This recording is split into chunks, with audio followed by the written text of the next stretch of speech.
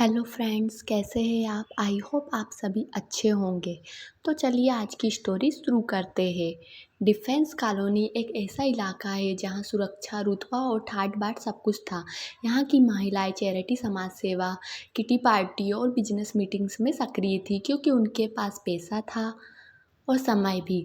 लेकिन एक महिला थी जो इस चकाचौंध से अलग थी, स्नेहा। स्नेहा के पति मोहित एक मैरीन इंजीनियर थे जो 6-6 महीने शिप पर रहते। उसके बच्चे अन्वी और आर्यन अब बड़े हो गए थे और पढ़ाई के लिए बाहर चले गए थे। डिफेंस कॉलोनी के बीच रहकर भी स्नेहा खुद को बिल्कुल अकेला महसूस करती थी। शादी से पहले वह एक सेंट्रल स्कूल में पढ़ाती थी, लेकिन जब मोहित की ज़िंदगी में आई तो उसने नौकरी छोड़ दी।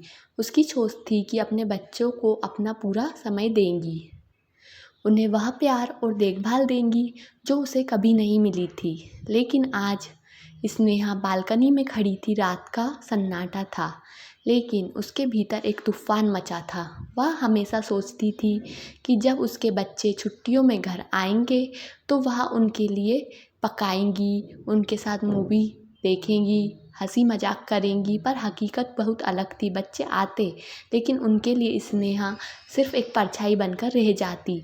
माँ पैसे चाहिए, माँ ब्लेज़र धो दो, माँ अभी बात नहीं कर सकता, फ्रेंड्स के साथ हूँ। उसके हिस्से में सिर्फ कपड़े धोना, खाना बनाना और कमरा ठीक करना ही रह गया था।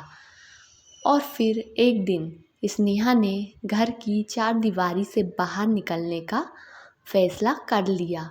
अब वह kitty party, NGO, women entrepreneur meetings और क्लब एक्टिविटीज़ में खुलकर भाग लेने लगी।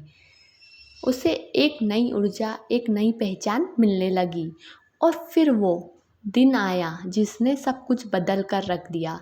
अन्वी और आर्यन छुट्टियों में घर आए और स्नेहा पांडिचेरी अपने ग्रुप के साथ ट्रिप पर थी। 4 दिन बाद जब वह लौटी तो घर का माहौल बदला हुआ था। बच्चों के चेहरे पर गुस्से से तमतमा रहे थे। ये क्या माँ, जब हमें तुम्हारी ज़रूरत थी तुम यहाँ थी ही नहीं। तुमसे हमेशा ज़्यादा अपनी सहेलियाँ पसंद है क्या? स्नेहा चुपचाप उनकी बातें सुनती रही, फिर मुस्कुराई। फिर उसने गहरी सांस ली और कहा, अब मैं बोलूँ? मैंने अपनी पूरी ज़िंदगी तुम्हारे लिए दे दी। तुम्हारे पापा की गैर मौजूदगी में भी पूरी करने की कोशिश की। अपने सपनों को तुम दोनों की खुशी के लिए कुर्बान कर दिया। लेकिन जब तुम लोग बड़े हुए तो तुम्हारे पास वक्त नहीं था। जब तुम घर आते हो तो तुम्हारे इंतज़ार में होती हूँ, लेकिन तुम दोस्तों के साथ बिज़ी रहते हो। तुम्हारे लिए बस एक घर की ज़रूरत बनकर रह गई थी मैं। लेकिन अब मैं सिर्फ एक माँ ही नहीं, एक इंसान भी हूँ। मुझे भी अपनी ज़िंदगी अपने तरीके से जीने का हक है। अब तुम मेरे हिसाब से एडजस्ट करो। इतना कहकर स्नेहा ने दोनों के गाल थपथपाए और मुस्कुराती हुई किचन में कॉफ़ी बनाने के लिए चली गई। अन्वी और आर्यन अवाक रह गए। आज उन्होंने अपनी माँ का एक नया रूप देखा था, एक सशक्त, आत्मनिर्भर और सपनों के लिए जीने वाली महिला। तो फ्रेंड्स, ये तो थी हमारी आज की स्टोरी।